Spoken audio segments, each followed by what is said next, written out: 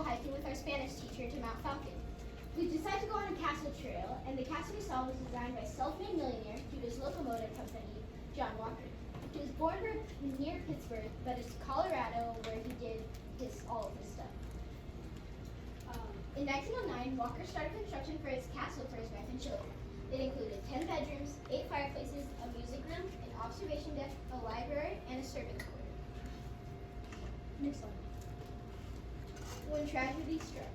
Sadly, in 1916, Ethel Walker, his wife, sadly passed in an unknown way. They continued construction until 1918, and then tragedy struck again. In 1918, John Walker's castle was struck by lightning and burned down. Miss Browner on 2, Miss Browner on 2. They forced him to move to a different area of land. So with all of his money, he decided to build something else to show his patriotism. Here are some pictures of us on the castle. It's just a bunch of ruins now, but here we are. Next. I have a question. Is there flooring? No. Just dirt? Yeah. Just dirt. Okay. Here's some more pictures of us in the windows that were supposed to be there. Or doors. They were both. And then here of us all in one window with Luke chewing, because that's what Luke does. I was eating pretzels. The castle was thoughts. In 1911, John Walker had a dream to build a summer White House for the President of the United States. On July 4th, 1940, he proposed an idea in a building area for the house to be built. He hired a contractor named J.B. Benedict to build a castle on top of Mount Falcon, Florida. Walker's dreams. The house was going to be modeled after castles in Europe. The plans for the White House was going to be a 22-room castle on Mount Falcon. He wanted the community to help fund the architecture and building of the castle, but the community did not raise enough money to fund him. The castle was left standing with nothing but a few walls left after his death, and he passed away in July 1931. Here's some pictures. That picture right there was going to be what the house was going to look like, and then that little cornerstone was the only thing left besides a few walls that were very little walls. And then these are photo opportunities that we found on top near the White House. And the boulder right there, Senor thought that was the top of the mountain, but it was not. And that you remember. Eagle Eye Shelter. Also on the trail, we got a chance to see an unrelated house. The house was originally owned by the Kirchhoff family. It was a summer cabin so the family could escape the heat of the plains. The picture shows a design of the east side of the cabin.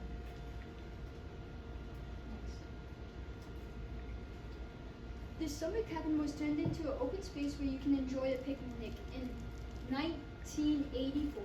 It was converted to this open space so people could enjoy the views and because it was just an old rotten cabin. According to a woman on the trail, and Senor, the Boy Scouts take care of the house now. It's also a great place to take a break while eating a snack so you can enjoy the views of Colorado. Here are some pictures of our hike. We like these pictures a lot of the scenery. The one in the top right is actually the top of the mountain. And this one we were. Nope. Do you want to go back? No, it's fine. More about John Walker. John Brisbane Walker came into the world on September 10, 1847. In 1872, he purchased a mass amount of land called Elk River. Once his land failed to make a profit, he sold the land. In 1989, he purchased the Cosmopolitan magazine, leading to growth, and then selling it to William Randolph Hearst in 1905. Then he became co-founder of the Locomobile Company of America. He then bought more than 40 acres and tried to build many different buildings on this land. Alright, here's a picture of him. He was a very intelligent man, and he enjoyed reading a lot. Sorry.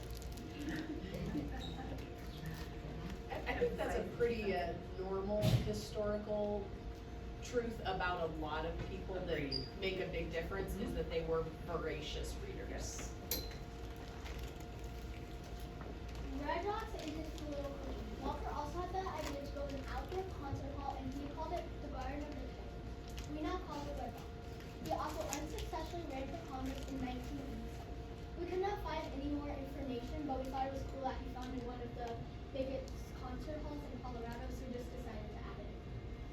And that's the picture of Red Rocks from the top of the mountain. In conclusion, Falcon Mountain is a really fun place and historical place. All of us would recommend it to you if you like hiking or if you're into history. You can also learn so much new and interesting things from hiking as well. There are so many beautiful views to see. I hope that you decide to hike this mountain. It's a very easy mountain to hike with many different trails that you can choose from. Oh, and also here's a picture real quick. We found a walking stick, as Muir called it, in a rest place, and Luke decided to take it with him. But it was really heavy, so he couldn't It was carry it. very, very heavy. Yeah. Go ahead. It came really heavy. Oh yeah, and here's a video.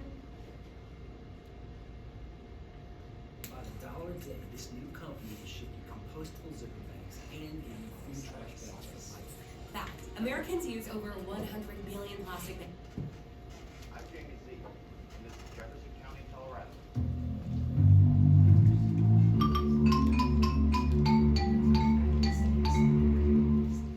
I'm here in Mountain Falcon Open Space Park, popular today for hiking, mountain biking, and horseback riding. But this land was once all owned by wealthy, eccentric businessman John Brisbane Walker. Walker was born on the East Coast and built his fortune in journalism, real estate, and manufacturing.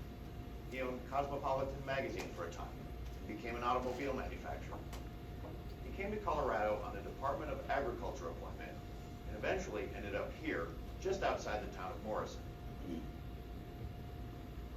Walker and his wife built a stone mansion on Mount Falcon. It was said to resemble a castle, and it's easy to see why looking at the ruins today. He had some grand dreams, including developing a small concert venue on his property, which Walker called Garden of the Titans. Today, it's called Red Rocks. The Walker Castle burned in 1918, and this is all that's left. The story of the Walker Castle is quite interesting by itself, but what really grabs me is Walker's much bigger dream of political power. See, Walker had succeeded and failed in many of life's pursuits, but what he really wanted was to get his hands into politics. Indeed, Walker had unsuccessfully run for U.S. Congress in 1872. So here in his new home in Colorado, Walker began construction on what he called the Summer White House. It's less than a mile from here. Let's go there now.